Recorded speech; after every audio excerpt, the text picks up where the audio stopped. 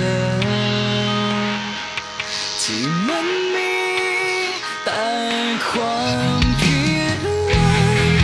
เหน็ดเหนื่อยและท้อแท้กับรักที่ยังคงเลือนลางต้องให้ฉันแค่ไหนปลดปล่อยฉันเสียที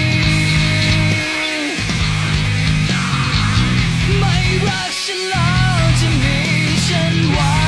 ทำไมปลดปล่อยฉันได้ไหม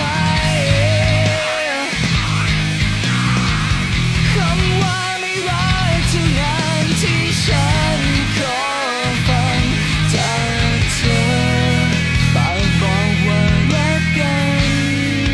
ใจเธอนั้นรักใครเก็บฉันไว้